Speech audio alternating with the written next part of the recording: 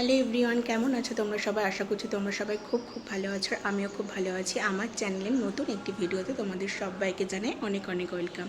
তো আজকে সকালে আমি ভিডিওতে কোনো রকম ইন্ট্রো দিতে পারিনি।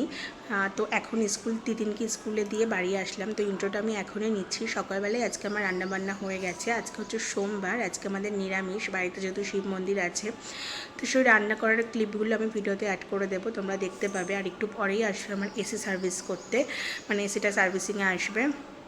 যা গরম পড়েছে, তো এসিটা একবার সার্ভিসিং করিয়ে নিলে কী হয়, ঠান্ডাটা আরও ভালো হয় রুম। তো এই হচ্ছে ব্যাপার। তো তোমরা ভিডিওটা দেখতে থাকো, আশা করি তোমাদের ভালো লাগবে।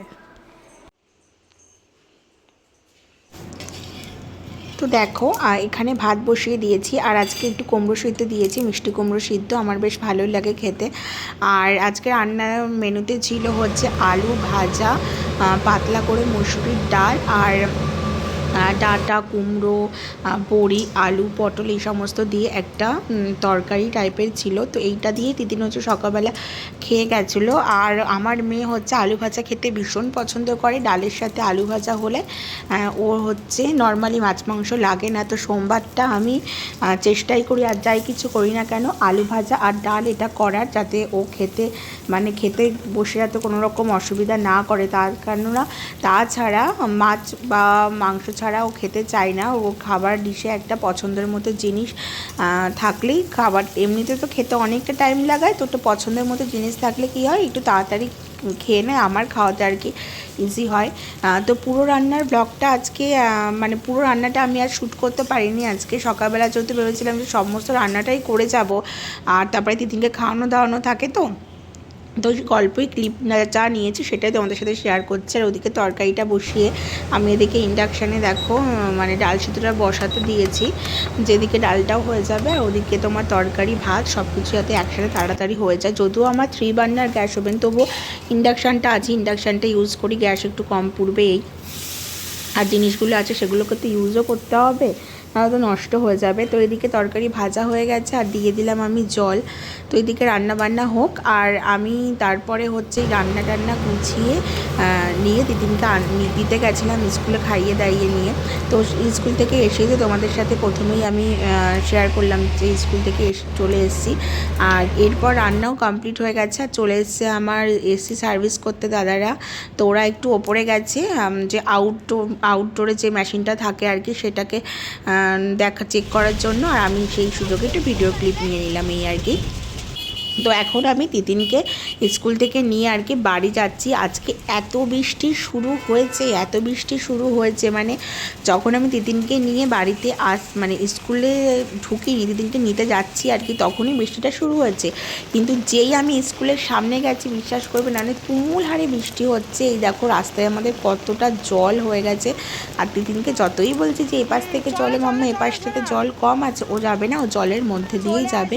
এটা হয়তো সব বাচ্চাদেরই একটা পছন্দের মানে জিনিস, জলের মধ্যে দিয়ে যাওয়া বা জল ঘাটা। এইমাত্র বাড়িতে আসলাম, পুরো ভিজে গেছিলাম, জানো না মানে কিভাবে ভিজে গেছি। তারপর ড্রেস চেঞ্জ করে নিলাম, তিতিনকে চেঞ্জ করালাম। তো এখন না একটু জানলার পাশে দাঁড়িয়ে বৃষ্টি দেখছিলাম। তো এরপর তিতিনকে খাওয়াবো, আমিও খেয়ে নেবো। তোমাদের সাথে আবার পরে দেখা হচ্ছে। তো এখন হচ্ছে রাত্রিবেলা, দেখো সিঙ্কে কত বাসন রয়েছে। আজকে দুপুরবেলা আমি খাওয়া দাওয়ার পর বাসন মাজিনি, আমি যখনের কাজ তখনই করে রাখতে পছন্দ করি বেশি, তাহলে পরে আর কোনো রকম এক্সট্রা হেডেক থাকে না। তো এখন এসেছি রাত্রে রুটি আর সবজি বানাবো বলে। আজকে তো ভীষণ বৃষ্টি হয়েছিল, আর ওয়েদারটা একদম ঠান্ডা হয়ে গেছিলো। তো আজকে জানো তো আমি দুপুরবেলা ঘুমিয়েছি, তো ঘুমিয়ে উঠেছি আমি, তখন দেখছি সন্ধ্যে 7টা বেজে গেছে।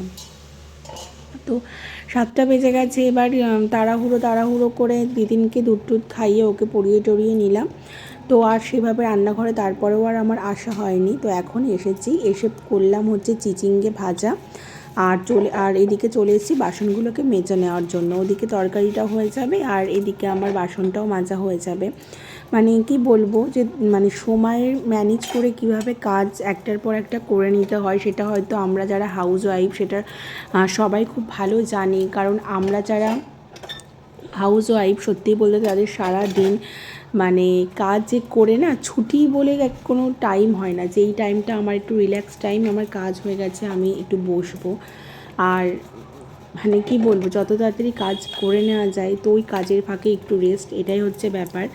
তো এখানে আমি দেখতেই পাচ্ছ যে বাসনগুলো মাজছি, আর মোবাইলটাকে সাইডে রেখে তারপর বাসনগুলো মাজছিলাম। তো ওইখানে দেখো চিমনিটারই লাইট ওটা, যেটা তোমরা দেখতে পাচ্ছ। তো আমি তো মানে ক্যামেরাটা জাস্ট অন করে রেখে বাসনটা মাজছিলাম, তখন আমি খেয়াল করিনি যে চিমনির লাইটটা এরকমভাবে পড়ছে। না হলে ক্যামেরা একটু অন্যভাবে রাখলে হয়তো লাইটটা অ্যাভয়েড করা যেত। আজকে যেহেতু আমি ফার্স্ট টাইমে আর কি বাসন মাজার ক্লিপটা নিলাম, তো অতটা আইডিয়া পাইনি। তো এখন এডিট করার টাইমে দেখছি যে ওখানে লাইটটা পড়ছে, সেটা একটু বাজেই লাগছে দেখতে। তো তোমরা প্লিজ একটু ইগনোর করো। তো আমার বাসন মাজা কমপ্লিট হয়ে গেছে, আর এবার আমি তরকারিটাকে দেখতে যাচ্ছি যে কতটা হয়েছে আর কি রান্নাটা।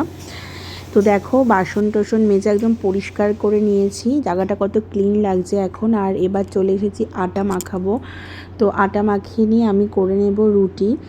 তারপরে আজকের মতো ব্লগটা এখানেই শেষ করছি, আর বড় করব না। এরপর আমাদের রাত্রিবেলা ডিনার কমপ্লিট করে শুয়ে পড়বো। একটা দিন তো আজকে কেটেই গেল।